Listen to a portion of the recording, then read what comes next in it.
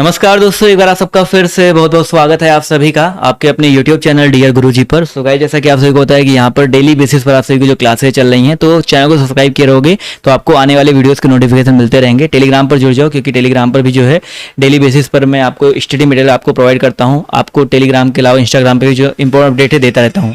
तो पहला क्वेश्चन देखिए आपके सामने ये रहा। जी हाँ, पहले क्वेश्चन से स्टार्ट करेंगे, बिल्कुल भी आपका टाइम वेस्ट नहीं करेंगे। मौर्यकालीन नगर प्रशासन के संबंध में जानकारी का स्रोत क्या है? चलिए भाई, क्वेश्चन नंबर 3 है, सभी लोग यहाँ पर जवाब देते हुए चलेंगे। मौर्यकालीन नगर प्रशासन की बात हो रही है और यहाँ पर जानकारी का स्रोत पूछा गया है। बहुत ही अच्छी बात है, जवाब देखिए यहाँ पर आना शुरू हो गया है। अर्थशास्त्र सभी को पता है भाई, मौर्य काल में जो है चंद्रगुप्त मौर्य और कौटिल्य यहीं से फेमस हुए थे। तो यहाँ पर अर्थशास्त्र हो गया, इंडिका हो गया, मुद्राशास्त्र हो गया। तो यहाँ पर ऑप्शन नंबर जो इसका डी दिया गया है ये यहाँ पर बिल्कुल करेक्ट हो जाएगा। अगला क्वेश्चन देखिए आपसे यहाँ पर क्या बोला गया है, ध्यान से देखिएगा कि भाई चंपारण के समय में चंपारण के किसानों का प्रतिनिधित्व जो है किसने किया था? सभी को पता है भाई, चंपारण का सत्याग्रह जो हुआ था 1917 में हुआ था। और अगर हम बात करते हैं इसका प्रतिनिधित्व जो है किसने किया था, सभी को पता है महात्मा गांधी जी ने किया था। तो ऑप्शन नंबर जो इसका यहाँ पर पूछा गया कि चंपारण के किसानों का प्रतिनिधित्व किसने किया था? भाई चंपारण सत्याग्रह महात्मा गांधी जी ने किया था, लेकिन हम यहाँ पर अगर बात करते हैं चंपारण के किसानों का प्रतिनिधित्व किसने किया था, तो यहाँ पर याद रखिएगा रामकुमार शुक्ल जी। हाँ, सी वाला ऑप्शन करेक्ट होगा। यहाँ पर अगर सत्याग्रह के बारे में पूछता है तो सत्याग्रह जो आंदोलन किया था वो महात्मा गांधी जी ने। अगला क्वेश्चन देखिए आपसे यहाँ पर क्या पूछा गया है, ध्यान से देखिए। क्वेश्चन नंबर अगर हम बात करते हैं 5 के बारे में, तो पूछा गया है कि भारत छोड़ो आंदोलन के समय पटना सचिवालय गोलीकांड की घटना कब घटी? भारत छोड़ो आंदोलन के समय जो पटना सचिवालय गोलीकांड है वो घटना जो है कब घटी? तो याद रखिए दोस्तों, 11 अगस्त 1942। बहुत ही इंपॉर्टेंट क्वेश्चन है। तो जितने लोग यहाँ पर 11 अगस्त 1942 जवाब दे रहे हैं वो लोग यहाँ पर बिल्कुल करेक्ट हो जाएंगे। अगला क्वेश्चन देखिए आपसे क्या पूछा गया है कि बिहार में 1857 का विद्रोह सर्वप्रथम किस स्थान से आरंभ हुआ? बताइए सर जी, बिहार में जो 1857 ईस्वी का विद्रोह है वो किस स्थान से स्टार्ट हुआ था? तो याद रखिए दोस्तों, ये जो है आपका दानापुर से, बिहार में प्लेस पड़ता है भाई दानापुर, यहाँ से स्टार्ट हुआ था। तो ऑप्शन नंबर जो इसका बी है यहाँ पर बिल्कुल करेक्ट हो जाएगा। अगला क्वेश्चन देखिए आपसे यहाँ पर क्या बोला गया है, बिहार स्थित मुंगेर जिले के निकट धर्मपाल किस शासक से पराजित हुआ था? सभी लोग यहाँ पर जवाब जो देते हुए चलेंगे। इसका जो करेक्ट आंसर आपका क्या हो जाएगा? 7 नंबर क्वेश्चन है, जवाब देखिए यहाँ पर आना शुरू हो गया। तो भाई 7 नंबर क्वेश्चन की अगर हम बात करते हैं तो इसका जो करेक्ट आंसर आपका हो जाएगा नागभट्ट द्वितीय। ठीक है, बिहार स्थित मुंगेर जिले के निकट धर्मपाल जो है किस शासक से पराजित हुआ? तो नागभट्ट द्वितीय से जो है ये पराजित हुआ था। अगले प्रश्न का जवाब देते हुए चलेंगे। पूछा गया आपसे यहाँ पर, बक्सर युद्ध के बाद बंगाल और बिहार में द्वैध शासन कब लागू किया गया? बक्सर के युद्ध कब हुआ था? 1764 ईस्वी में हुआ था। उसके बाद जो है बंगाल और बिहार में जो द्वैध शासन है कब लागू किया गया था? तो याद रखिए दोस्तों, यहाँ पर 1764 की बात क्या था भाई, 1765 में लागू हुआ था। तो ये चीज याद रखिएगा। अगला क्वेश्चन देखिए आपसे यहाँ पर क्या बोला गया है कि बिहार का वह महत्वपूर्ण स्थल कौन सा है जहाँ से नवपाषाण कालीन हड्डी का उपकरण प्राप्त हुआ है? सभी लोग यहाँ पर जवाब देते हुए चलेंगे। क्वेश्चन नंबर जो 9 है इसका करेक्ट आंसर क्या हो जाएगा? 9 नंबर प्रश्न है, जवाब देखिए आना शुरू हो गया है। तो याद रखिए चिरांद, ऑप्शन नंबर जो इसका डी दिया गया है। इस स्थल से जो आपके नवपाषाण पाषाण कालीन के जो हड्डी के उपकरण है वो प्राप्त हुए हैं। अगला क्वेश्चन देखिए आपसे यहाँ पर क्या पूछा गया, ध्यान से देखिएगा। जवाब सभी लोग देने का प्रयास करते हुए चलो। अगर आपको डेली क्लास ज्वाइन करना है, आपको एक भी क्लास मिस नहीं करनी है, तो चैनल को सब्सक्राइब कर लेना है।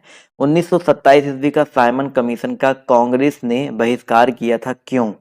10 नंबर प्रश्न है, सभी लोग जवाब देते हुए चलेंगे। इसका जो करेक्ट आंसर आपका क्या हो जाएगा? तो भाई 1927 ईस्वी का साइमन कमीशन का कांग्रेस ने बहिष्कार किया था क्योंकि इसमें कोई सदस्य जो है भारतीय नहीं था। ऑब्वियस सी बात है। ऑप्शन नंबर जो इसका ए है ये मेन रीजन था। ऑप्शन नंबर जो इसका ए है यहाँ पर बिल्कुल करेक्ट हो जाएगा। अगला क्वेश्चन देखिए आपसे क्या पूछा गया है, विक्रमशिला गैंगेटिक डॉल्फिन आश्रयणी बिहार के किस जिले में स्थित है? डॉल्फिन आश्रयणी जो है आपका किस जिले में अवस्थित है? सभी लोग यहाँ पर जवाब देते हुए चलेंगे। तो दोस्तों याद रखिएगा भागलपुर। ठीक है, बिहार में जो है भागलपुर यहाँ पे अवस्थित है। तो ऑप्शन नंबर जो इसका बी है यहाँ पर बिल्कुल करेक्ट हो जाएगा। अगला क्वेश्चन देखिए आपसे क्या पूछा गया है, सभी लोग इसका भी जवाब देते हुए चलेंगे। भाई बिहार में सबसे अधिक भूमि में कौन सी फसल उपजाई जाती है? क्वेश्चन नंबर 13 है, इसका जवाब देते हुए चलेंगे। बिहार में सबसे अधिक भूमि में कौन सी फसल जो है उपजाई जाती है? तो साथियों याद रखिएगा यहाँ पर जो धान है सबसे अधिक जो है धान उपजाई जाती है। तो ऑप्शन नंबर जो इसका ए है यहाँ पर बिल्कुल करेक्ट हो जाएगा। अगला क्वेश्चन देखिए आपसे क्या पूछा गया है कि जैन धर्म और बौद्ध धर्म में क्या समानता है। जैन धर्म में और बौद्ध धर्म में बताइए सर जी क्या समानता है। सभी लोग यहाँ पर 14 नंबर क्वेश्चन है, जवाब देते हुए चलेंगे। तो यहाँ पर देखिए जाति प्रथा को मान्यता, आत्मा के पुनर्जन्म में विश्वास नहीं भाई, लेकिन हम बात करते हैं पशु बलि का विरोध। तो यहाँ पर जो ऑप्शन नंबर सी दिया गया है यहाँ पर ये बिल्कुल करेक्ट हो जाएगा। अगला क्वेश्चन पूछा गया है भाई ध्यान से देखिए, सूफी संत मखदूम सरफुद्दीन मनेरी का संबंध जो है किस संप्रदाय से है। तो भाई सूफियों का जो संप्रदाय होता है ज्यादातर क्या होता है, फटाफट यहाँ पर जवाब देते चलेंगे भाई। चिश्ती दिया गया है, मदारी दिया गया है, सुहरावर्दी दिया गया और फिरदौसी दिया गया। तो याद रखिए दोस्तों मखदूम सरफुद्दीन मनेरी का जो संबंध है वो फिरदौसी संप्रदाय से है। तो यहाँ पर ऑप्शन नंबर जो इसका डी है यहाँ पर ये बिल्कुल करेक्ट हो जाएगा। अगला क्वेश्चन देखिए पूछा गया है कि उत्तर वैदिक काल का सबसे महत्वपूर्ण देवता कौन है। 17 नंबर क्वेश्चन है, इसका जवाब देते हुए चलेंगे। उत्तर वैदिक काल के सबसे महत्वपूर्ण देवता कौन है, रुद्र, प्रजापति, विष्णु या पूषण। तो भाई उत्तर वैदिक काल यहाँ पर पूछा गया है, ध्यान से जवाब देते हुए चलिएगा। तो प्रजापति बिल्कुल सही बात है सर। जितने लोग प्रजापति जवाब दे रहे हैं ऑप्शन नंबर बी, वो लोग यहाँ पर बिल्कुल करेक्ट हो जाएंगे। अगला क्वेश्चन देखिए आपसे यहाँ पर क्या पूछा गया कि बौद्ध ग्रंथ अंगुत्तर निकाय से किसके बारे में जानकारी मिलती है। क्वेश्चन नंबर 18 है, इसका जवाब देते हुए चलेंगे। इसका जो करेक्ट आंसर आपका क्या हो जाएगा। तो भाई बौद्ध ग्रंथ अंगुत्तर निकाय से किसके बारे में जानकारी मिलती है भाई, महाजनपद। ठीक है भाई, महाजनपद के बारे में जो है जानकारी मिलती है। तो ऑप्शन नंबर जो इसका बी है वो यहाँ पर बिल्कुल करेक्ट हो जाएगा। अगला क्वेश्चन देखिए आपसे यहाँ पर क्या बोला गया है कि भाई 1837 ईस्वी में सर्वप्रथम किसने अशोक की लिपि को पढ़ा था। 19 नंबर क्वेश्चन है, बताइए 1837 ईस्वी में सबसे पहले किसने जो है अशोक की लिपि को पढ़ा था। तो जवाब देते हुए सभी लोग चलेंगे। तो याद रखिए दोस्तों जेम्स प्रिंसेप। ठीक है, जेम्स प्रिंसेप जो है इन्होंने अशोक की लिपि को 1837 ईस्वी में सबसे पहले पढ़ा था। तो ऑप्शन नंबर ए यहाँ पर बिल्कुल करेक्ट हो जाएगा। अगला क्वेश्चन देखिए आपसे क्या पूछा गया है कि सिकंदर के आक्रमण के समय मगध किस वंश का शासन था। मगध में जो है किस वंश का शासन था सिकंदर के आक्रमण के समय पूछा गया है।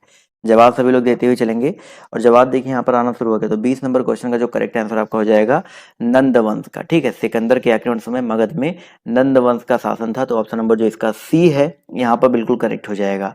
अगला क्वेश्चन देखिए आपसे क्या पूछा गया कि अजंता की अप्सरा किस काल की उत्कृष्ट चित्रावली है। अजंता की अप्सरा किस काल की उत्कृष्ट चित्रावली है।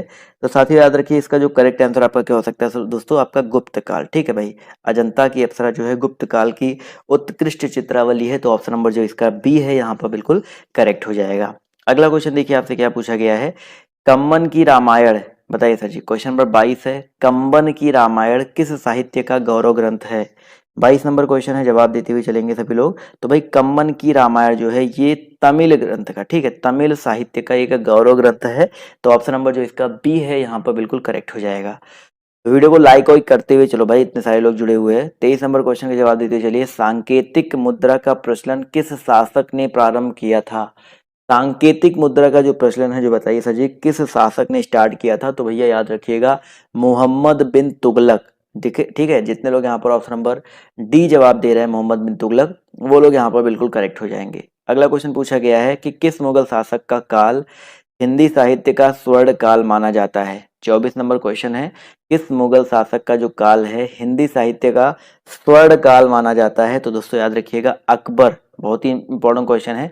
अकबर का जो काल है वो हिंदी साहित्य का स्वर्ण काल माना जाता है। तो ऑप्शन नंबर जो इसका ए है यहाँ पर बिल्कुल करेक्ट हो जाएगा। अगला क्वेश्चन देखिए आपसे क्या पूछा गया है कि मुद्रा के अवमूल्यन, मैंने आपको बताया था डीवैल्यूएशन के फलस्वरूप क्या होता है। जब मुद्रा का डीवैल्यूएशन होता है, कल मैंने एकेडमिक क्लास कराई थी जो इकोनॉमी वाली, वहां पर ये क्वेश्चन सेम मिला हुआ था। तो यहाँ पर निर्यात व्यापार का प्रसार, आयात व्यापार का संकुचन और आयात स्थानापत्ति का प्रसार, यानी कि सारे के सारे होते हैं। तो ऑप्शन नंबर डी जितने लोग जवाब दे रहे हैं वो लोग यहाँ पर बिल्कुल करेक्ट हो जाएंगे। अगला क्वेश्चन देखिए आपसे क्या पूछा गया है कि नील आंदोलन की शुरुआत जो है सबसे पहले बंगाल के किस जिले में हुई थी। नील आंदोलन की शुरुआत जो है किस जिले में हुआ था, फटाफट जवाब देते हुए चलेंगे। तो याद रखिए दोस्तों इसका जो करेक्ट आंसर आपका हो जाएगा नदिया। ठीक है भाई, नदिया जितने लोग जवाब दे रहे हैं ऑप्शन नंबर बी, वो लोग यहाँ पर बिल्कुल करेक्ट हो जाएंगे। चलिए आते हैं अगले क्वेश्चन की तरफ। तो आपसे यहाँ पर देखिए क्या पूछा गया है कि भाई साहब वो कौन से तत्व थे जिन्होंने भारतीय राष्ट्रवाद के उत्थान में सहायता की थी। वो कौन से तत्व थे जिन्होंने भारतीय राष्ट्रवाद के उत्थान में जो है सहायता की थी। चलिए क्वेश्चन, एक मिनट, अभी दिख रहा है ना सभी को? तो जवाब देखिए 27 का आना शुरू हो गया है। तो याद रखिए दोस्तों, यहाँ पर चारों ऑप्शन जो है, तीनों ऑप्शन जो है करेक्ट हो जाएंगे। बौद्धिक पुनर्जागरण, समाचार पत्र व प्रेस, और आपका आर्थिक शोषण। अगला क्वेश्चन देखिए आपसे यहाँ पर क्या पूछा गया है कि किस वायसराय का काल शिष्टमंडलों, भूलों तथा आयोगों के नाम से जाना जाता है। बताइए सची, किस वायसराय का जो काल है शिष्टमंडल, भूल तथा आयोगों के नाम से, भूलों तथा आयोगों के नाम से जो है जाना जाता है। तो याद रखिए दोस्तों, इसका जो करेक्ट आंसर है आपका क्या हो जाएगा? Lord Curzon. बिल्कुल सही बात है सर, जितने लोग यहाँ पर ऑप्शन नंबर ए जवाब दे रहे हैं वो लोग यहाँ पर बिल्कुल करेक्ट हो जाएंगे। अगला क्वेश्चन देखिए आपसे क्या पूछा गया है कि किस साप्ताहिक पत्रिका ने यह विज्ञापन प्रकाशित किया कि आवश्यकता है वीर सिपाहियों की वेतन, मृत्यु, पुरस्कार, शहादत। वेतन क्या है भाई? मृत्यु है। पुरस्कार जो है शहादत है। पेंशन, स्वतंत्रता, और युद्ध स्थल भारत। ये किस साप्ताहिक पत्रिका ने ये विज्ञापन प्रकाशित किया था? वेरी इंपॉर्टेंट क्वेश्चन है। तो याद रखिए दोस्तों, यहाँ पर जो करेक्ट आंसर आपका हो जाएगा गदर। ठीक है, ऑप्शन नंबर जो इसका गदर पत्रिका, ऑप्शन नंबर जो इसका ए है, यहाँ पर बिल्कुल करेक्ट हो जाएगा। अगला क्वेश्चन देखिए आपसे क्या कह रहा है कि 1943 ईस्वी में सुभाष चंद्र बोस के नेतृत्व में आजाद हिंद फौज का गठन जो है कहां पर किया गया? 30 नंबर प्रश्न है, आसान क्वेश्चन है, कई बार मैं आपको बता चुका हूं। सुभाष चंद्र बोस जी के नेतृत्व में जो है आजाद हिंद फौज का गठन जो है आपका सिंगापुर में किया गया। ठीक है, तो सिंगापुर, जितने लोग जवाब दे रहे हैं ऑप्शन नंबर सी, वो लोग यहाँ पर बिल्कुल करेक्ट हो जाएंगे। अगला क्वेश्चन देखिए आपसे क्या पूछा गया है कि भारत छोड़ो आंदोलन के समय किसने कांग्रेस रेडियो का प्रसारण किया? क्वेश्चन नंबर 31 है, इसका जवाब देते हुए चलेंगे भाई। भारत छोड़ो आंदोलन का जो है, भारत छोड़ो आंदोलन के समय किसने जो है कांग्रेस रेडियो का जो है प्रसारण किया था? तो साथियों याद रखिएगा, इसका जो करेक्ट आंसर आपका क्या हो जाएगा? 31 नंबर क्वेश्चन का जो करेक्ट आंसर है आपका क्या हो सकता है? बिल्कुल सही बात है सर, यहाँ पर उषा मेहता। ठीक है, बहुत कम लोगों ने जवाब दिया यहाँ पर, बट यहाँ पर याद रखिएगा उषा मेहता जो ऑप्शन नंबर बी दिया गया है यहाँ पर बिल्कुल करेक्ट हो जाएगा। अगला क्वेश्चन देखिए आपसे क्या पूछा गया। जी हाँ, बिल्कुल सही बात है। क्वेश्चन नंबर 32 का जवाब सभी लोग पहले इसका जवाब दो, उसके बाद भाई बात कर लेना। किस मुगल कालीन चित्रकार ने पशुओं, पक्षियों व फलों की का चित्र जो है उकेरा है? बताइए सर जी, किस मुगल कालीन चित्रकार ने? 32 नंबर क्वेश्चन है, जवाब देते हुए सभी लोग चलेंगे। तो याद रखिए तो उस्ताद मंसूर, ऑप्शन नंबर जो इसका डी है यहाँ पर बिल्कुल करेक्ट हो जाएगा। अगला क्वेश्चन देखिए आपसे यहाँ पर क्या पूछा गया है कि सलीम अली पक्षी विज्ञान और प्राकृतिक इतिहास केंद्र कहाँ स्थित है? क्या पूछा गया भाई? सलीम अली पक्षी विज्ञान और प्राकृतिक इतिहास केंद्र जो है कहाँ पर अवस्थित है? तो साथियों याद रखिएगा 33 का जो करेक्ट आंसर आपका हो जाएगा कोयम्बटूर में। ठीक है भाई, कोयम्बटूर में अवस्थित है। तो ऑप्शन नंबर जो इसका ए है वो यहाँ पर बिल्कुल करेक्ट हो जाएगा। चलिए साथियों आते हैं अगले क्वेश्चन पर। तो आपसे यहाँ पर देखिए क्या पूछा गया है कि भाई world wild life for end fund and for nature, ये संस्था जो है किस विलुप्त प्राय प्राणी या किस विलुप्त प्राय को अपना प्रतीक चिन्ह माना है? बताइए सर जी। 34 नंबर क्वेश्चन है, जवाब यहाँ पर जो है देते हुए चलेंगे। इसका जो करेक्ट आंसर आपका क्या हो जाएगा? तो भाई पांडा को। ठीक है, इसका जो प्रतीक चिन्ह है, जो आपका सिग्नेचर है आपका क्या है? पांडा है। तो ऑप्शन नंबर जो इसका ए है यहाँ पर बिल्कुल करेक्ट हो जाएगा। अगला क्वेश्चन देखिए आपसे यहाँ पर क्या बोला गया है कि भाई साहब विभवांतर का एसआई मात्रक क्या होता है? क्वेश्चन नंबर 35 है, सभी लोग यहाँ पर जवाब जो देते हुए चलेंगे। विभवांतर का एसआई मात्रक जो है आपका क्या होता है? 35 जवाब देखिए यहाँ पर आना शुरू हो गया है। तो याद रखिए दोस्तों, विभवांतर का एसआई मात्रक वोल्ट होता है, बी बराबर आई आर, सभी को पता ही होगा। तो ऑप्शन नंबर जो इसका बी है यहाँ पर बिल्कुल करेक्ट हो जाएगा। अगला क्वेश्चन देखो आपसे यहाँ पर क्या पूछा गया है कि भाई साहब सोयाबीन में कौन सा प्रोटीन पाया जाता है? सोयाबीन को सब लोग कहते हैं ना भाई बहुत प्रोटीन है, तो बताइए सोयाबीन में किस प्रकार का प्रोटीन पाया जाता है? बहुत ही अच्छा प्रश्न है, जवाब देते हुए चलेंगे। तो ग्लिसरीन, बहुत ही इंपॉर्टेंट, याद रखिएगा ग्लिसरीन प्रोटीन जो है आपका सोयाबीन में पाया जाता है। तो ऑप्शन नंबर जो इसका डी दिया गया है यहाँ पर बिल्कुल करेक्ट हो जाएगा। अगला क्वेश्चन देखिए आपसे यहाँ पर क्या पूछा गया, ध्यान से देखिएगा कि भाई साहब किस रोग से पीड़ित रोगी को कार्बोहाइड्रेट की अधिक मात्रा लेने को मना किया जाता है? चलिए क्वेश्चन नंबर 37 है, यहाँ पर सभी लोग जवाब देते हुए चलेंगे भाई। तो यहाँ पर जिसको शुगर हुआ रहता है, ठीक है, शुगर जिसको होता है भाई उसको कार्बोहाइड्रेट की अधिक मात्रा लेने से मना किया जाता है। तो ऑप्शन नंबर जो इसका सी है यहाँ पर करेक्ट हो जाएगा। अगला क्वेश्चन देखिए आपसे क्या पूछा गया है कि भाई क्यूप्राइट किस धातु का अयस्क है? देख सकते हैं सब कुछ आपको साथ में लेके हुए चल रहा हूँ, इतिहास है, भूगोल है, अर्थशास्त्र है, आपका साइंस से भी क्वेश्चन आते हैं वो भी है, कंप्यूटर से भी आते हैं वो भी मिलेंगे, इसका टेंशन मत लीजिए आप लोग। तो भाई यहाँ पर क्यूप्राइट जो है तांबा का अयस्क होता है। तो ऑप्शन नंबर जो इसका डी दिया गया है यहाँ पर बिल्कुल करेक्ट हो जाएगा। अगला क्वेश्चन पूछा गया आपसे यहाँ पर कि कुकिंग गैस किन गैसों का मिश्रण होता है। 39 सभी लोग बताते हुए चलेंगे भाई, जो कुकिंग गैस है वो किन गैसों की मिश्रण होती है। कुकिंग मतलब जो आपकी बेसिकली जो आप लोग घर पे यूज करते हो, तो आपका ब्यूटेन का होता है और किसका होता है भाई, ब्यूटेन के साथ साथ यहाँ पर एक ही ऑप्शन ब्यूटेन वाला दिया गया, तो ब्यूटेन प्रोपेन ये यहाँ पर जो है बिल्कुल करेक्ट हो जाएगा। एलपीजी की बात हो रही है। अगला क्वेश्चन पूछा गया है कि एजोला बताइए सर जी क्या है। बहुत ही अच्छा प्रश्न है, देखते हैं कितने लोग जवाब देते हैं। भाई एजोला जो है आपका क्या है, 40 नंबर क्वेश्चन है, जवाब देखिए आना शुरू हो गया है। तो एजोला की अगर हम बात करते हैं तो एक जैव उर्वरक होता है। क्या होता है भाई, आपका एक जैव उर्वरक होता है। तो ऑप्शन नंबर जो इसका सी है यहाँ पर बिल्कुल करेक्ट हो जाएगा। अगला क्वेश्चन देखिए पूछा गया है, इको मार्क का संकेत चिन्ह क्या है। इको मार्क का जो संकेत चिन्ह है, जो सिग्नेचर चिन्ह है वो आपका क्या है। इको मार्क सबने देखा होगा ना, तो याद रखिए दोस्तों, इको मार्क का जो संकेत चिन्ह है वो आपका क्या हो जाएगा। जवाब देते हुए चलेंगे तो भाई मिट्टी का घड़ा, ठीक है, मिट्टी का घड़ा ऑप्शन नंबर जो इसका डी है यहाँ पर बिल्कुल करेक्ट हो जाएगा। अगला क्वेश्चन देखिए पूछा गया है कि प्रतिवर्ष विश्व वानिकी दिवस कब मनाया जाता है। 42 नंबर क्वेश्चन है, जवाब देते हुए चलेंगे। और भैया ऐप जिसने अभी तक डाउनलोड नहीं किया है, वहाँ पर स्टडी मटेरियल भी मैं देने लगा हूँ, वहाँ पर आप मेरी हिंदी की बुक भी खरीद सकते हैं। तो ऐप जो है जरूर डाउनलोड कर लीजिए, वहाँ पर आपको जो चीज़ें हैं, इंपॉर्टेंट चीज़ें मिलती रहेंगी। तो भाई प्रतिवर्ष विश्व वानिकी दिवस जो है कब मनाया जाता है, तो याद रखिए दोस्तों 21 मार्च को, ठीक है भाई, 21 मार्च को मनाया जाता है। तो ऑप्शन नंबर जो इसका सी है वो यहाँ पर बिल्कुल करेक्ट हो जाएगा। अगला क्वेश्चन देखिए आपसे क्या पूछा गया है, ब्लैक होल बताइए सर जी क्या है। ब्लैक होल जो है आपका क्या है। 43 नंबर क्वेश्चन है, जवाब देते हुए चलेंगे। तो भैया याद रखिएगा, ब्लैक होल मतलब सबने सुन रखा होगा, एक अनंत रूप से एक सघन पिंड होता है, इसको ब्लैक होल बोलते हैं। ऑप्शन नंबर जो इसका सी है यहाँ पर बिल्कुल करेक्ट हो जाएगा। अगला क्वेश्चन देखिए आपसे क्या पूछा गया है कि भाई केंद्रीय मंत्रिपरिषद किसके प्रति उत्तरदायी होता है। केंद्रीय मंत्रिपरिषद जो है किसके प्रति उत्तरदायी होता है। 44 नंबर क्वेश्चन है, जवाब देते हुए चलेंगे। तो भाई केंद्रीय मंत्रिपरिषद जो है कार्यपालिका प्रधान, ठीक है, ऑप्शन नंबर जो इसका डी दिया गया है, इसके प्रति उत्तरदायी होता है। तो ऑप्शन नंबर जो इसका डी है यहाँ पर बिल्कुल करेक्ट हो जाएगा। अगला क्वेश्चन देखिए आपसे क्या पूछा गया कि केंद्रीय मंत्रीगण सामूहिक रूप से किसके प्रति उत्तरदायी होते हैं। भाई इसके पहले वाला क्वेश्चन देखो, दोनों क्वेश्चन पर फोकस करिएगा। इसमें क्या पूछा गया था, केंद्रीय मंत्रिपरिषद किसके प्रति उत्तरदायी होता है, तो कार्यपालिका प्रधान हो गया।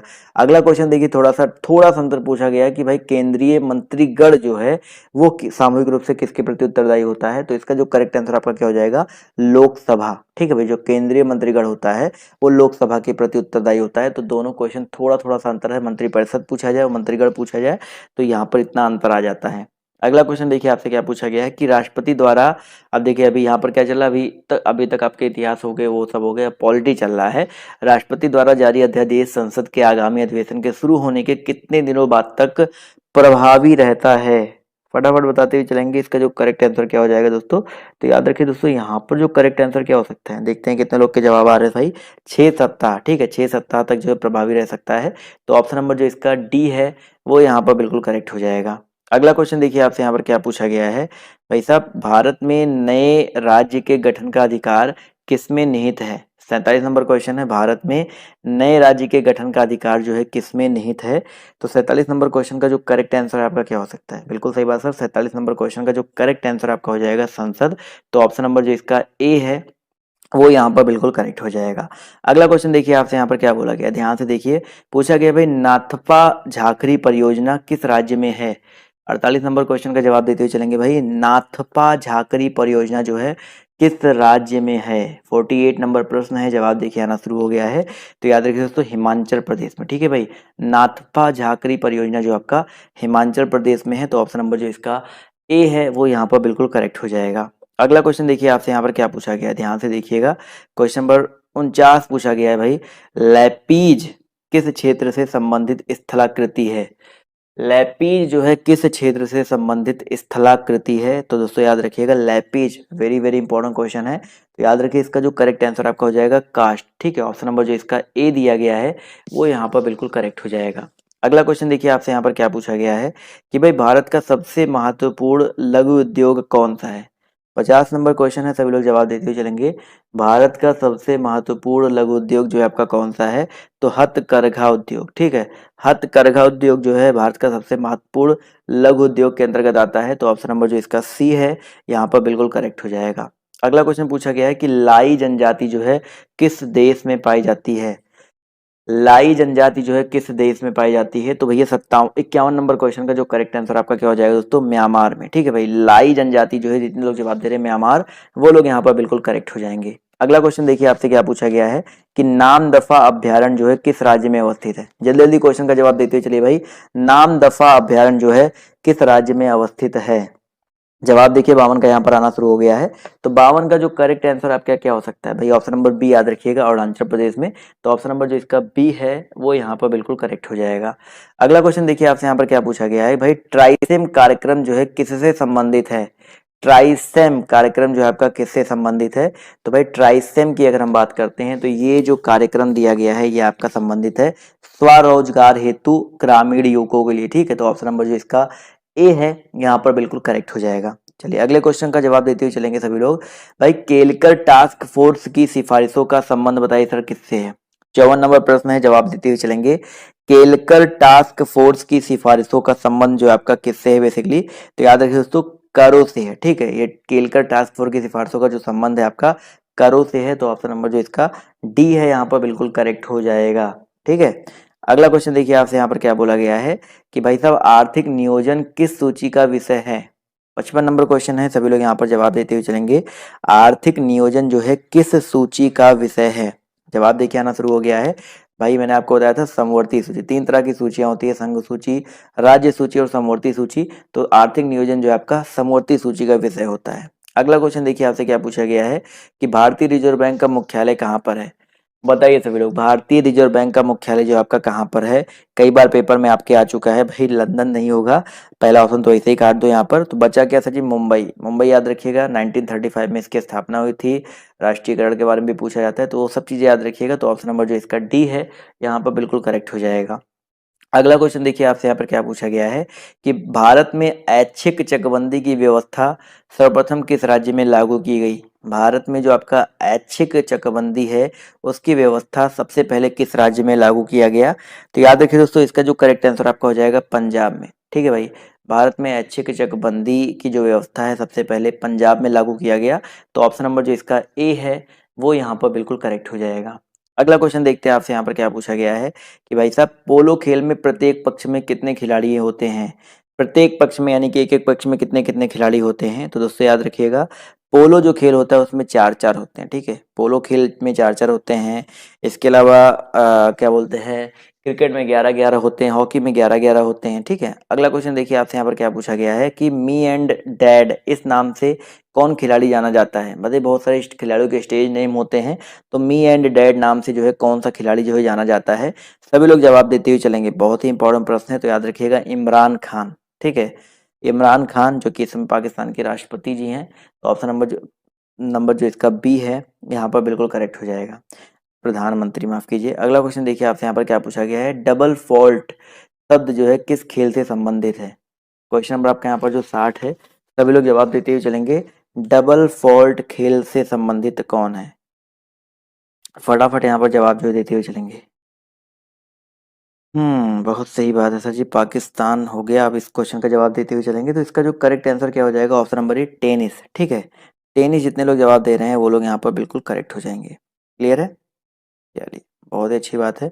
अगले क्वेश्चन की तरफ बढ़ते हैं। तो अगला प्रश्न देखिए आपसे यहाँ पर क्या पूछा गया है, ध्यान से देखिएगा कि भाई साहब लिएंडर पेस जो है किस खेल के स्टार खिलाड़ी हैं।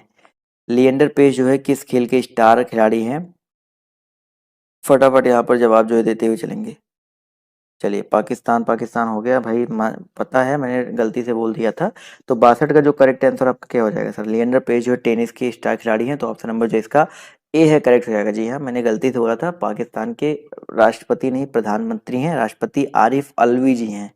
अगला क्वेश्चन देखिए आपसे यहाँ पर क्या पूछा गया है कि कांग्रेस ने पहली बार कब देसी रियासतों के प्रति अपनी नीति जो है घोषित की थी। 63 नंबर क्वेश्चन है, इसका जवाब जो है देते हुए चलेंगे। इसका जो करेक्ट आंसर आपका क्या हो जाएगा, कांग्रेस ने पहली बार कब जो है देसी रियासतों के प्रति अपनी नीति जो है घोषित की थी। तो 63 नंबर क्वेश्चन का जो करेक्ट आंसर आपका हो जाएगा 1920 ईस्वी में आपका जो नागपुर का अधिवेशन हुआ था। ठीक है, तो ऑप्शन नंबर जो इसका सी दिया गया है यहाँ पर बिल्कुल करेक्ट हो जाएगा। अगला क्वेश्चन देखिए आपसे क्या पूछा गया, कहाँ गया भाई, एक क्वेश्चन छूट गया। पूछा गया कि भारत के निम्नलिखित राष्ट्रपतियों में से कौन कुछ समय के लिए गुट निरपेक्ष आंदोलन का महासचिव भी रहा है? 64 नंबर प्रश्न है, सभी लोग जवाब देते हुए चलेंगे। तो साथियों यहाँ पर जो करेक्ट आंसर क्या हो जाएगा, क्या पूछा गया है कि गुट निरपेक्ष आंदोलन का महासचिव भी रहा है, तो वराहगिरी वेंकटगिरी। ठीक है, बहुत ही इंपॉर्टेंट क्वेश्चन है। ऑप्शन नंबर बी जितने लोग जवाब दे रहे हैं वो लोग यहाँ पर बिल्कुल करेक्ट हो जाएंगे। चलिए साथियों आते हैं अगले क्वेश्चन की तरफ। तो अगला प्रश्न देखिए आपसे यहाँ पर क्या बोला गया है। 64 के बाद 65 की बात करते हैं। तो 65 नंबर क्वेश्चन देखिए आपसे यहाँ पर कह रहा है 66 नंबर कि कौन सी पुस्तक अमर्त्य सेन द्वारा रचित नहीं है? 66 का जवाब जो है देते हुए चलेंगे। अमर्त्य सेन द्वारा जो है कौन सी रचित नहीं है, तो एशियन ड्रामा। ठीक है, एशियन ड्रामा जितने लोग ऑप्शन नंबर ए जवाब दे रहे हैं वो लोग यहाँ पर बिल्कुल करेक्ट हो जाएंगे। चलिए अगला क्वेश्चन देखिए आपसे यहाँ पर क्या पूछा गया है। एशियन ड्रामा, काफी लोग यहाँ पर देखिए जवाब दे रहे हैं, बहुत ही अच्छी बात है। अच्छा भाई, अगर एशियन ड्रामा की अगर हम बात करते हैं तो अब यहाँ पर क्वेश्चन ये भी बन सकता है कि एशियन ड्रामा जो है इसके लेखक कौन है, ये भी क्वेश्चन बन सकता है ना। यहाँ पर अमर्त्य सेन ने यहाँ पर पॉवर्टी एंड फेमिन्स लिखा है, चॉइस ऑफ टेक्स्ट ने लिखा है, ये सारी लिखे है। तो अगर एशियन ड्रामा की बात करते हैं तो गुनर मिडराल नाम था। यहाँ पर मैं लिख देता हूँ स्पेलिंग GUNN, एक मिनट रुक जाइए भाई साहब, एन है, ठीक है। तो GUNNARMYRDAL, ठीक है। तो यहाँ पर ये नाम याद रखिएगा, ये जो है लेखक है एशियन ड्रामा के। अगला क्वेश्चन देखिए आपसे यहाँ पर क्या पूछा गया है कि भारत में हाईटेक सिटी की स्थापना किस शहर में की गई है? हाईटेक सिटी या स्मार्ट सिटी कह सकते हैं इसको आप लोग। तो इसकी स्थापना जो है कहाँ पर, किस शहर में की गई है? तो बिल्कुल सही बात सर, यहाँ पर हैदराबाद। जितने लोग यहाँ पर हैदराबाद जवाब दे रहे हैं वो लोग यहाँ पर बिल्कुल करेक्ट हो जाएंगे। अगला क्वेश्चन देखिए आपसे क्या पूछा गया है, इसको स्किप करो। एवरेस्ट होटल उपन्यास के लेखक कौन है? 69 नंबर क्वेश्चन है, सभी लोग बताते हुए चलेंगे। एवरेस्ट होटल उपन्यास के जो लेखक हैं वो आपके कौन है? तो 69 का जो करेक्ट आंसर है आपका क्या हो सकता है? 69 की अगर हम बात करते हैं तो इसका जो करेक्ट आंसर है आपका क्या हो जाएगा? ऑप्शन नंबर सी हो जाएगा, एलन सियली। ठीक है, एवरेस्ट होटल उपन्यास के लेखक जो है आपके एलन सियली है। तो ऑप्शन नंबर जो इसका सी दिया गया है यहाँ पर बिल्कुल करेक्ट हो जाएगा। अगला क्वेश्चन देखिए आपसे क्या पूछा गया, देश में साक्षरता के स्तर को ऊंचा उठाने के लिए राष्ट्रीय साक्षरता मिशन किस वर्ष प्रारंभ किया गया? क्वेश्चन नंबर आपके यहाँ पर 70 है, इसका जवाब जो है देते हुए चलेंगे। कहाँ गया भाई साहब, पेन तो काम कर ही नहीं रहा अब। चलिए एक मिनट रुक जाइए, अभी जवाब आवाज आवाज आ रही है ना मेरी सभी को? चलिए 70 नंबर क्वेश्चन का जवाब देखिए यहाँ पर आना शुरू हो गया। तो भाई 1988 जो है आप लोग याद रखिएगा। ऑप्शन नंबर जो इसका डी है। पेन तो चालू हो जाता है, एक मिनट चेक कर लेता हूँ क्या दिक्कत आ रही है। चलिए अभी चालू हो गया। तो यहाँ पर 1988 जो ऑप्शन नंबर इसका डी दिया गया है यहाँ पर बिल्कुल करेक्ट हो जाएगा। क्लियर है? चलिए अगला क्वेश्चन देखिए आपसे यहाँ पर क्या पूछा गया, ध्यान से देखिए कि स्वतंत्र व्यापार नीति उस नीति को बताती है जहाँ, बताइए सभी लोग, स्वतंत्र व्यापार नीति जो है उस नीति को बताती है जहां पर क्या होता है? क्वेश्चन नंबर 71 है, सभी लोग जवाब देते हुए चलेंगे। तो याद रखिए दोस्तों, स्वतंत्र व्यापार नीति जो है उस नीति को बताती है जहां पर प्राशुल्क जो है अनुपस्थित होता है। ठीक है, प्राशुल्क जो है आपका अनुपस्थित होता है। तो ऑप्शन नंबर जो इसका ए दिया गया है यहाँ पर बिल्कुल करेक्ट हो जाएगा। अगला क्वेश्चन देखिए आपसे यहाँ पर क्या बोला गया है, ध्यान से देखिए। सामुदायिक विकास कार्यक्रम भारत में कब लागू किया गया था? सामुदायिक विकास कार्यक्रम जो है भारत में कब लागू किया गया था? सभी लोग यहाँ पर जवाब देते हुए चलेंगे, फटाफट यहाँ पर जवाब देते हुए चलिएगा। क्वेश्चन नंबर 72 का जो करेक्ट आंसर आपका क्या हो जाएगा? जवाब देखिए यहाँ पर आना शुरू हो गया है। तो याद रखिए, तो 1950 ईस्वी में, बहुत ही इंपॉर्टेंट क्वेश्चन है, याद रखिएगा। सामुदायिक विकास कार्यक्रम जो है भारत में कब लागू किया गया था? भाई 1950 में। अगला क्वेश्चन देखिए आपसे यहाँ पर क्या पूछा गया है कि मेट्रोपॉलिटन योजना समिति का गठन कितने निर्वाचित सदस्यों द्वारा होता है? मेट्रोपॉलिटन योजना समिति का गठन जो है कितने निर्वाचित सदस्यों द्वारा होता है? तो 73 का जो करेक्ट आंसर आपका हो जाएगा 2/3। ठीक है भाई, मेट्रोपॉलिटन योजना समिति का जो गठन है 2/3 निर्वाचित सदस्यों द्वारा होता है। तो ऑप्शन नंबर जो इसका बी दिया गया है यहाँ पर बिल्कुल करेक्ट हो जाएगा। अगला क्वेश्चन देखिए आपसे यहाँ पर क्या बोला गया है कि निम्नलिखित में से कौन भारतीय इतिहास अनुसंधान परिषद का अध्यक्ष मनोनीत करता है? 74, इसका जवाब जो है देते हुए चलेंगे। इसका जो करेक्ट आंसर आपका क्या हो सकता है? तो 74 नंबर क्वेश्चन की अगर हम बात करते हैं तो इसका जो करेक्ट आंसर आपका क्या हो जाएगा दोस्तों? आपका प्रधानमंत्री। ठीक है, यहाँ पर भारतीय इतिहास अनुसंधान परिषद का अध्यक्ष जो है कौन मनोनीत करता है? प्रधानमंत्री जो है मनोनीत करता है।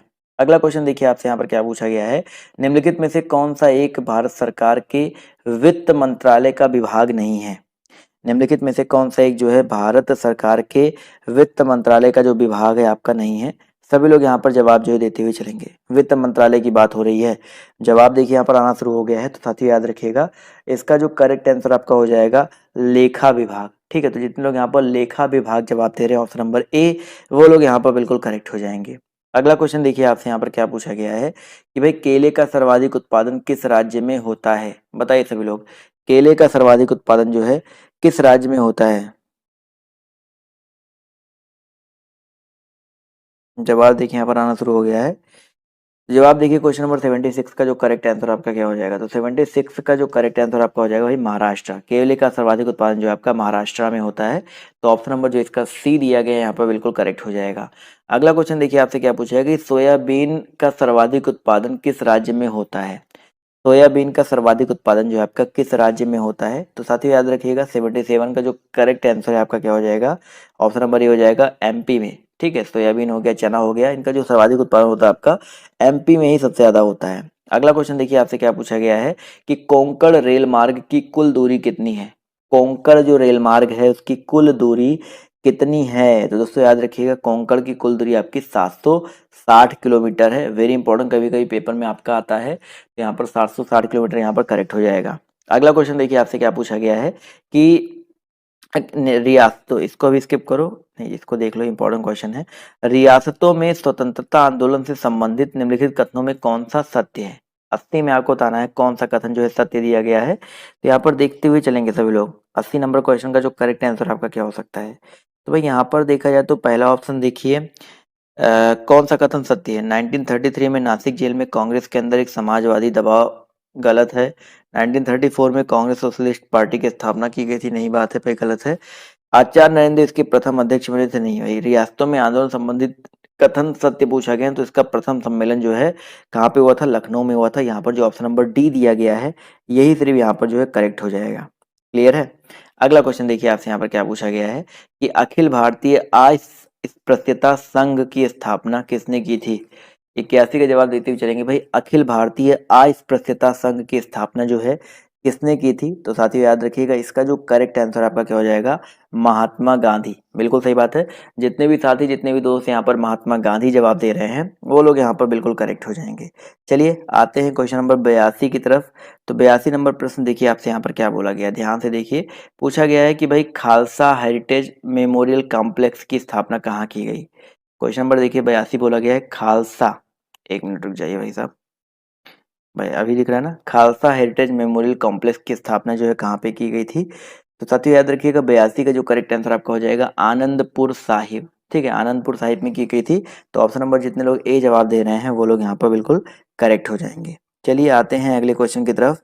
अगला प्रश्न देखिए आपसे यहाँ पर क्या बोला गया, ध्यान से देखिएगा। क्वेश्चन नंबर 83 की बात करते हैं। तो आनंदपुर साहिब फाउंडेशन द्वारा तैयार संगमरमर का खालसा, सेम क्वेश्चन फिर से पूछा गया है, थोड़ा सा यहाँ पर अलग है कि इसका डिजाइन जो है किसने तैयार किया था? बताइए सची, इसका जो डिजाइन है आपका किसने तैयार किया था? तो 83 नंबर क्वेश्चन का जो करेक्ट आंसर आपका क्या हो जाएगा? चलिए भैया क्वेश्चन नंबर 83 है, जवाब देखिए यहाँ पर आना शुरू हो गया है। तो 83 का जो करेक्ट आंसर आपका हो जाएगा मोशे शैफदी। ऑप्शन नंबर जो इसका बी है यहाँ पर बिल्कुल करेक्ट हो जाएगा। अगला क्वेश्चन देखिए आपसे यहाँ पर क्या बोला गया, ध्यान से देखिएगा कि परमाणु ऊर्जा विभाग निम्नलिखित में से किसके प्रशासन के अधीन है? 84 नंबर प्रश्न है, जवाब देते हुए चलेंगे कि भाई परमाणु ऊर्जा विभाग जो है निम्नलिखित में से किसके प्रशासन के अधीन है? तो याद रखिए दोस्तों इसका जो करेक्ट आंसर आपका हो जाएगा प्रधानमंत्री कार्यालय के। ठीक है, ये जो है आपका प्रधानमंत्री कार्यालय के अधीन है, तो ऑप्शन नंबर जो इसका ए दिया गया है यहाँ पर बिल्कुल करेक्ट हो जाएगा। अगला क्वेश्चन देखिए आपसे यहाँ पर क्या पूछा गया है कि भाई बाबा नागार्जुन द्वारा रचित कौन सी पुस्तक नहीं है? क्वेश्चन नंबर आपके यहाँ पर देखिए 87 है, सभी लोग जवाब देते हुए चलेंगे।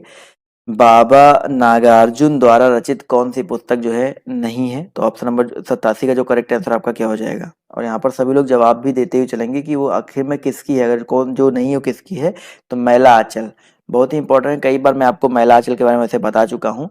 तो फणीश्वरनाथ रेणु जी की एक आंचलिक रचना है, तो ऑप्शन नंबर जो इसका सी है ये आपका बाबा नागार्जुन का नहीं है। ठीक है, अगला क्वेश्चन देखिए, हाँ ध्यान से देखिएगा। क्वेश्चन नंबर 88 की अगर हम बात करते हैं तो भाई डच ईस्ट इंडीज का वर्तमान नाम क्या है? फटाफट यहाँ पर जवाब देते हुए चलेंगे। जवाब देते हुए चलेंगे यहाँ पर जो करेक्ट आंसर आपका क्या हो जाएगा। तो जवाब देखिए 88 का आना शुरू हो गया है, तो याद रखिए इसका जो करेक्ट आंसर आपका हो जाएगा इंडोनेशिया। तो ऑप्शन नंबर जो इसका बी है वो यहाँ पर बिल्कुल करेक्ट हो जाएगा। आते हैं अगले क्वेश्चन पर। तो अगला क्वेश्चन देखिए आपसे क्या पूछा गया है कि खुदा बख्श ओरिएंटल पब्लिक लाइब्रेरी कहाँ पर है। नवासी। आज काफी ज्यादा क्वेश्चंस में लेकर के आए हूँ तो बोर मत होइए, सभी लोग यहाँ पर जवाब देते हुए चलेंगे। तो जवाब देखिए यहाँ पर नवासी का आना शुरू हो गया है, तो नवासी का जो करेक्ट आंसर आपका क्या हो जाएगा। 89 नंबर क्वेश्चन की अगर हम बात करते हैं तो इसका जो करेक्ट आंसर आपका क्या हो सकता है। जवाब देखिए यहाँ पर नवासी का आना शुरू हो गया है, तो 89 नंबर क्वेश्चन की अगर हम बात करते हैं तो इसका जो करेक्ट आंसर आपका हो जाएगा पटना। ठीक है, तो जितने लोग यहाँ पर पटना जवाब दे रहे हैं वो लोग यहाँ पर बिल्कुल करेक्ट हो जाएंगे। चलिए चलिए 1 मिनट में चेक कर रहा था। अगला क्वेश्चन देखिए आपसे यहाँ पर क्या पूछा गया, ध्यान से देखिएगा कि भाई साहब राष्ट्रीय एटलस और थेमेटिक मानचित्रण संगठन का मुख्यालय कहाँ पर है। 90 नंबर क्वेश्चन है, इसका जवाब देते हुए चलेंगे, सभी लोग यहाँ पर जवाब देते हुए चलेंगे। जवाब देखिए यहाँ पर आना शुरू हो गया है। तो भाई 90 नंबर क्वेश्चन का जो करेक्ट आंसर आपका क्या हो जाएगा, बिल्कुल सही बात है सर, 90 का जो करेक्ट आंसर आपका हो जाएगा कोलकाता में। ठीक है, राष्ट्रीय एटलस और थेमेटिक मानचित्रण संगठन का मुख्यालय कहाँ पर है, कोलकाता में है। अगला क्वेश्चन देखिए आपसे क्या पूछा गया है कि भाई दीवान ए इस्तिहाक की स्थापना किसने की। क्वेश्चन नंबर आपका देखिए 91 है, पूछा गया है दीवान ए इस्तिहाक, वेरी इंपॉर्टेंट क्वेश्चन है, सभी लोग जवाब देते हुए चलेंगे। तो भैया 91 का जो करेक्ट आंसर आपका हो जाएगा रजिया सुल्तान, पहली मुस्लिम शासिका भी इनको माना जाता है और इन्होंने जो है दीवान ए इस्तिहाक की स्थापना की। ठीक है, अगला क्वेश्चन देखिए आपसे यहाँ पर क्या पूछा गया, ध्यान से देखिएगा। क्वेश्चन नंबर आपके यहाँ पर 92 बोला गया है कि समूचा भारत एक विशाल बंदी गृह है, उपरोक्त कथन जो है निम्नलिखित में से किसका है। समूचा भारत जो है एक विशाल बंदी गृह है, ये कथन जो है बेसिकली किसका है। तो भैया याद रखिएगा ये जो कथन दिया गया है ये आपका CR दास जी का है। ठीक है, तो ऑप्शन नंबर जो इसका डी है यहाँ पर बिल्कुल करेक्ट हो जाएगा। अगला क्वेश्चन देखिए आपसे यहाँ पर क्या पूछा गया, ध्यान से देखिएगा कि भाई किस धर्म के अनुयायी खाओ पियो और मौज करो के सिद्धांत में विश्वास रखते हैं। भाई बहुत ही अच्छा धर्म है, जो भी धर्म है बहुत ही अच्छा धर्म है, खाओ पियो मौज करो, ऐश में रहो, बिल्कुल चिल रहो, जिंदगी अच्छे से कटेगी। तो 93 नंबर क्वेश्चन का जो करेक्ट आंसर आपका क्या हो जाएगा भाई वाम मार्ग। ठीक है, वाम मार्ग, वामपंथी जो थे, ये ऑप्शन नंबर जो इसका सी है यहाँ पर बिल्कुल करेक्ट हो जाएगा। अगला क्वेश्चन देखिए, अच्छा यहाँ पर क्या बोला गया है, क्वेश्चन नंबर यहाँ पर देखिए अगर हम बात करते हैं अगले क्वेश्चन की तो क्या पूछा गया है, 1 मिनट रुक जाओ भाई साहब। 94 number, Tata iron steel company की स्थापना कब हुई थी। फटाफट यहाँ पर जवाब देते हुए चलेंगे। Tata iron and steel company की स्थापना जो है आपकी कब हुई थी। तो 94 का जो करेक्ट आंसर आपका हो जाएगा 1907 ईस्वी में। ठीक है, तो ऑप्शन नंबर जो इसका बी दिया गया है ये यहाँ पर बिल्कुल करेक्ट हो जाएगा। अगला क्वेश्चन देखो आपसे यहाँ पर क्या बोला गया है, ध्यान से देखिएगा कि भाई साहब चलिए 95 कहाँ भागे जा रहे हो भाई। भारत में निर्धनता के स्तर का आकलन किया जाता है, भारत में जो आपका निर्धनता है उसके स्तर का आकलन जो है किया जाता है किसके द्वारा। 95 नंबर क्वेश्चन है, जवाब देते हुए चलेंगे। तो परिवार के उपभोग व्यय के आधार पर। ठीक है, भारत में निर्धनता स्तर का जो आकलन है किसके आधार किया जाता है, परिवार के उपभोग व्यय के आधार पर। तो ऑप्शन नंबर जो इसका बी है यहाँ पर बिल्कुल करेक्ट हो जाएगा। अगला क्वेश्चन देखिए आपसे यहाँ पर क्या पूछा गया, ध्यान से देखिएगा कि भाई बंगाल के रिसरा नामक स्थान पर भारत की पहली आधुनिक पटसन मिल कब स्थापित हुई। 93 नंबर क्वेश्चन है, सभी लोग जवाब देते हुए चलेंगे। इसका जो करेक्ट आंसर आपका क्या हो जाएगा, 96। जवाब देखिए यहाँ पर आना शुरू हो गया है। तो 96 का जो करेक्ट आंसर आपका हो जाएगा दोस्तों 1855 ईस्वी में। ठीक है, बंगाल का जो रिसरा नामक स्थान है वहाँ पर भारत की पहली आधुनिक पटसन मिल जो है 1855 ईस्वी में जो है स्थापित हुई थी। तो ऑप्शन नंबर जो इसका बी है यहाँ पर बिल्कुल करेक्ट हो जाएगा। अगला क्वेश्चन देखिए आपसे यहाँ पर क्या बोला गया है, ध्यान से देखिएगा कि नाइट्रोजन यौगीकरण करने वाले जीवाणु हैं, नाइट्रोजन यौगीकरण करने वाला जीवाणु कौन सा है। 98 नंबर प्रश्न है, जवाब देते हुए चलेंगे। तो याद रखिए दोस्तों यहाँ पर जो करेक्ट आंसर आपका हो जाएगा एजिटोबैक्टर। ठीक है, तो यहाँ पर जितने लोग जवाब दे रहे हैं ऑप्शन नंबर डी, वो लोग यहाँ पर बिल्कुल करेक्ट हो जाएंगे।